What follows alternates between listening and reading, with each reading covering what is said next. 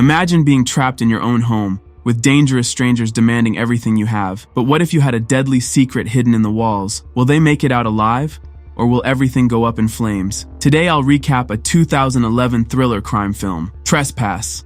So keep your eyes wide open and stay safe. The movie starts. Kyle Miller, a diamond broker, drives down a country road in his fancy convertible Porsche, trying to make an important deal. He arrives at his huge gated house by the water, picks up a gold Zippo lighter by the pool, and heads inside to the kitchen. Inside, Sarah Miller and their teenage daughter Avery are arguing about a party that Avery wants to attend. The parents say no, refusing to let her go. Kyle grabs an envelope from a wall safe, knowing he'll be meeting a buyer later. Sarah, feeling upset, brings a tray of food upstairs for their daughter. She's disappointed because her plans for a nice family dinner have fallen apart. Kyle walks into a part of the house that's still being worked on, with bare wood studs and plastic sheeting everywhere. Meanwhile, Avery sneaks out of the house and climbs over the estate fence, where her friend is waiting to pick her up. Back inside, Kyle shows Sarah the lighter, and although she wants to get romantic, he tells her he has to leave. The doorbell rings, and they see a police badge on the security video. The police are investigating recent burglaries in the neighborhood. Kyle buzzes open the gate to let them in, but then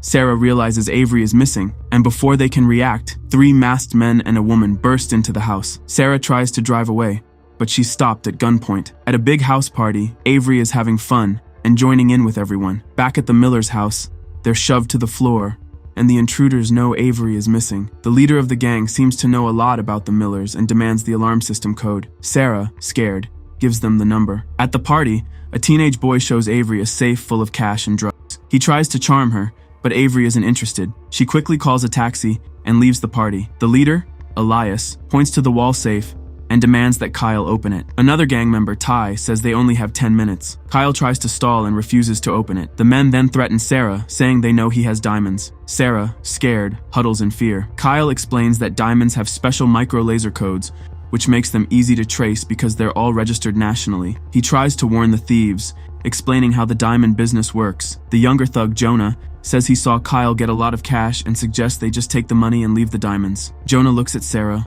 and she meets his gaze. She suddenly remembers him as a security tech who worked at their house recently. Kyle stubbornly refuses to open the safe while the men keep threatening a panicked Sarah. Kyle tells them to let her go first. Upstairs, Petal is watching old family videos of the Millers. She takes off her clothes and puts on a purple dress. Elias pulls out a syringe filled with a drug that causes paralysis. He tries to make things worse, but Jonah suddenly pulls a gun on Elias and forces him to leave Sarah alone. Furious, Elias storms off to the kitchen.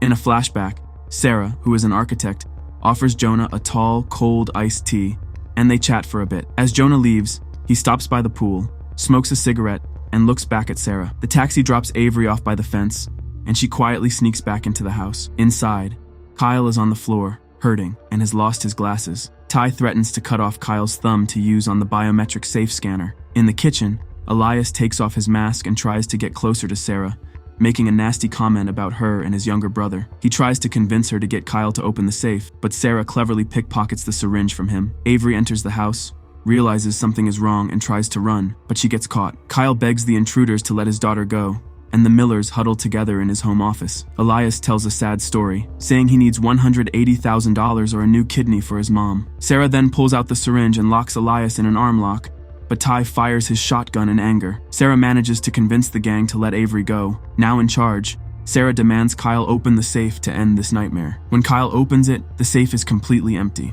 The thieves are shocked when they see the safe is empty, and they angrily crush Kyle's hand, demanding the money. Kyle, tears in his eyes, says he put all the money into his house, mortgage, and loans. He explains that he was fired and they're running out of money. Outside, Avery gets close to the fence and almost escapes, but she's caught again. Elias opens Kyle's briefcase and finds the diamond invoices. Kyle explains that he doesn't actually own the diamonds. He's just a middleman using credit to deal with them. Ty's phone rings and someone asks how things are going. Ty says they still have an hour left to finish the job. Elias whispers to Kyle, telling him that they're also under pressure. He tries to calm Petal down, but she's upset and just wants to take whatever they can. As they look around, they notice a portrait of Sarah wearing a beautiful necklace. Sarah shows them the necklace and asks them to leave, just like they agreed. Kyle and Avery, both tied up and gagged, are on their knees. They struggle to reach the Zippo lighter and try to burn the duct tape that's holding their wrists behind their backs. In the other room, Sarah begs Jonah to let them go, promising she'll do anything he wants. The intruders return to confront the Millers again, and Jonah tells Elias that no one is to hurt Sarah or Avery. A flashback shows Jonah getting out of the Millers' pool and kissing Sarah. Kyle,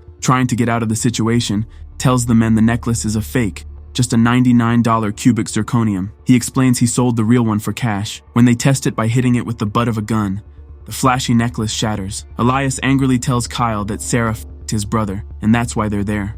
Upstairs, Avery fights with Petal, and in the middle of the struggle, Sarah makes a run for it. Kyle throws a chair through the window, triggering the security alarm. Ty angrily beats up Kyle while the security company calls to check in. Jonah answers calmly and buys them some time. In the den, Kyle is getting beaten, but he somehow manages to move the syringe so that Ty ends up injecting himself. Ty drops to the floor, and Kyle grabs the shotgun, barely able to stand. Elias finds Sarah outside in the woods and pulls her back. Jonah needs the security code word and starts searching for Avery, who's hiding in the renovation room. Jonah sneaks up behind Kyle to take the shotgun, and Avery, forced to give in, finally provides the password to the suspicious security rep on the phone. Elias shoots Kyle in the thigh and then explains his situation. He tried to sell $180,000 worth of drugs, but they were stolen. Now the dealers are after him for the money and sent Ty to help. Petal finds a screenshot from the home security video, showing Sarah and Jonah kissing. Kyle had it in his briefcase. Elias gets angry and beats Kyle and Sarah,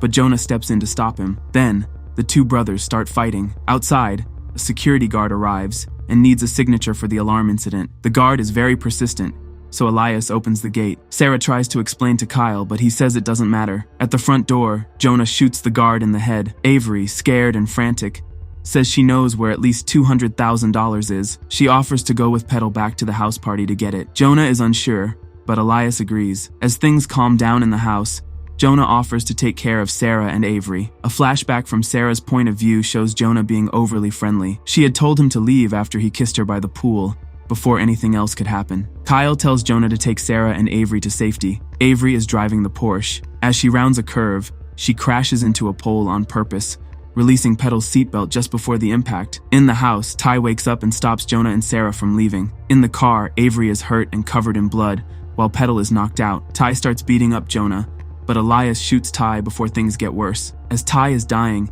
he reveals that Jonah was the one behind stealing the drugs from Elias. He says Jonah already gave the drugs back for $10,000. Elias is shocked by the revelation. Left alone, Kyle and Sarah try to make their way to the renovation room, but Elias catches up and starts choking Sarah. Jonah comes to her rescue, and in the struggle, a plastic sheet rips, revealing a large stash of cash hidden in the wall. Avery arrives with a gun, and in the standoff, Jonah shoots and kills his brother. Sarah comforts the badly hurt Kyle, who painfully tells her he was hiding the money for his family. As Jonah grabs the cash, Kyle lights a pool of solvent. The flames quickly rush toward Jonah. Kyle manages to get up and nails Jonah's shoes to the floor before collapsing. Jonah begs Sarah for help, but then grabs her, wanting them to die together. Kyle shoots Jonah, and Jonah falls into the flames, dying. Sarah and Kyle escape just in time as the house burns down. The Millers hug each other on the lawn, finally safe. So, which awesome movie should we recap next? Drop your suggestions in the comments below, and let's make it happen. Don't forget to smash that subscribe button so you never miss out on our movie recaps. We've got plenty more coming your way. Thanks for watching,